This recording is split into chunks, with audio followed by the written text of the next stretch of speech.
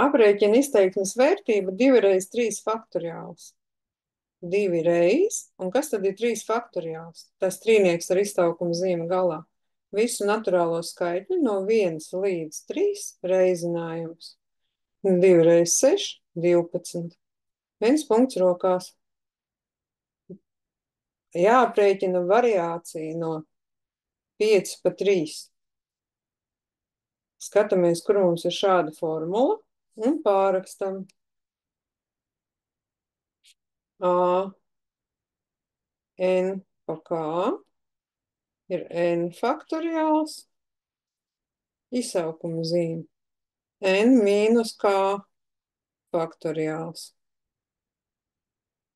Tātad sanāk 5 faktoriāls dalīts ar 5 mīnus 3 faktoriāls.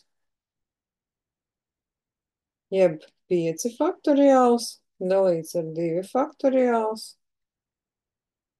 Nu, un ja mēs izrakstam visus elementus 1 reiz 2 reiz 3 reiz 4 reiz 5, šoreiz izrakstīsim 1 reiz 2, šie te noīsinās, un paliek 3 reiz 4 reiz 5. Tas ir 60.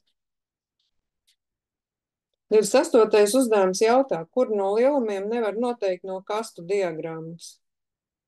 Minimālo vērtību, minimālo var, tieši tā ir atzīmēta kastu diagrammā. Mediāna, ja vidū atrodošās vērtību noteikti var atrast, un kvartils arī kastu diagrammā ir norādīts. Tātad vienīgais, ko nevar atrast kastu diagrammā, tā ir moda, visbiežāk sastopamais elements, jeb pazīme. Paldies par uzmanību!